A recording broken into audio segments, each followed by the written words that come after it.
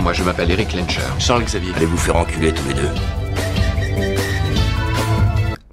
Hugh Jackman en Wolverine, c'était l'idée du siècle. Bienvenue sur Clap de Fin, aujourd'hui on plonge dans les univers Marvel et X-Men pour parler des apparitions au cinéma de l'un des mutants les plus emblématiques. On parle bien évidemment de Wolverine.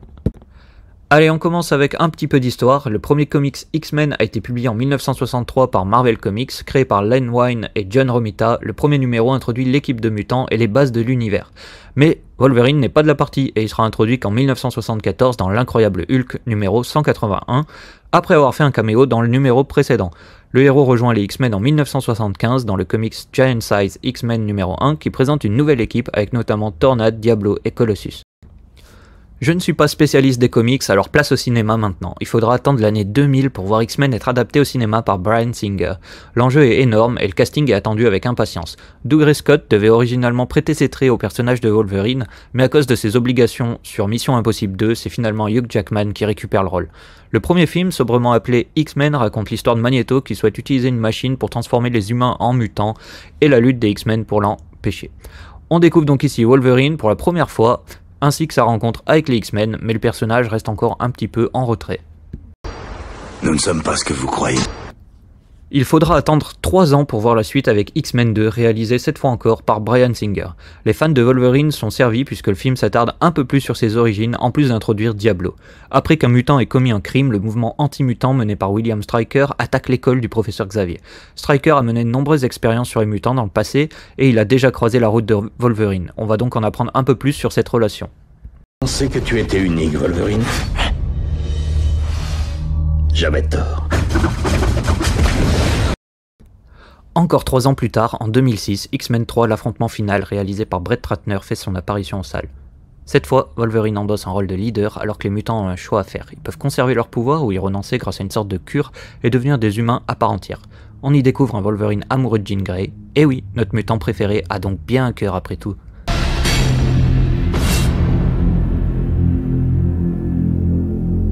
Voilà, ça c'était la trilogie originale. En 2009, on retrouve X-Men Origins Wolverine qui, comme son nom l'indique, est centré autour des origines de Wolverine.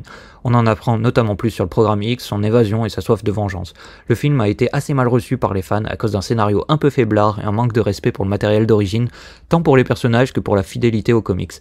Pourtant, le film marque aussi un record à l'époque. Le deuxième acteur a endossé le costume du même super-héros 4 fois, après un certain Christopher Reeve, le légendaire Superman. Je veux du sang. Pas de code de conduite.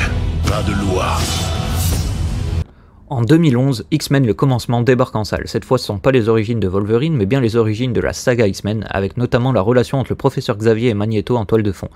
Wolverine n'est pas vraiment présent dans le film, mais il fait un caméo humoristique alors que le professeur et Magneto essayent de le recruter. Excusez-moi, je m'appelle Eric Lencher. Charles Xavier. Allez vous faire enculer tous les deux.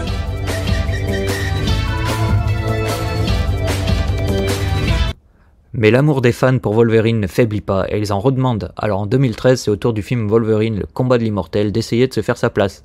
Réalisé par James Mangold, le film se situe après la trilogie originale et suit Wolverine au Japon. Privé de ses pouvoirs de régénération, il va devoir combattre des samouraïs, des ninjas et un ennemi de son passé. Ce deuxième film, centré sur Wolverine, ne fait pas beaucoup mieux que le premier pour les fans qui le boudent à cause d'un manque de développement des personnages principaux, une déconnexion de l'univers des X-Men, une fin décevante évidemment et des attentes trop élevées.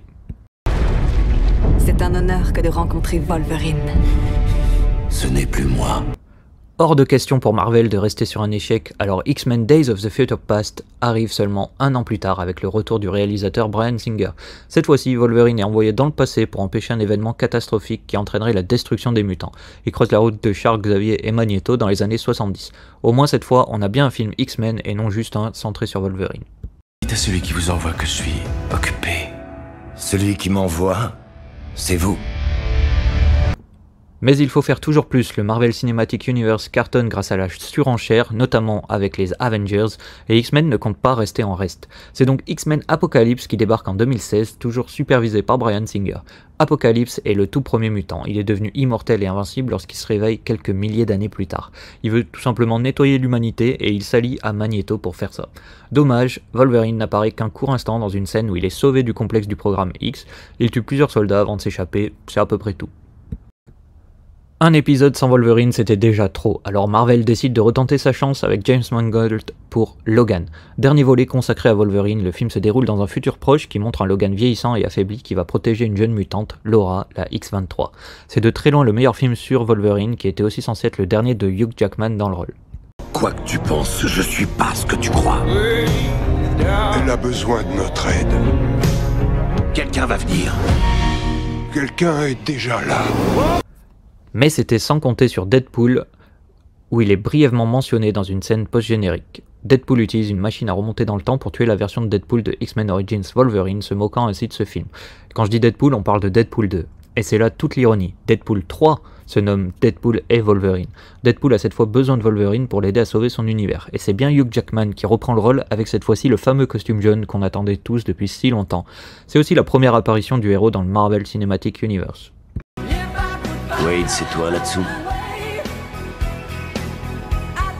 Stryker a trouvé une façon de te faire taire finalement.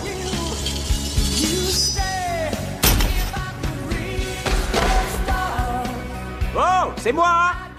Pas griffé! Je fais un peu de ménage dans la chronologie.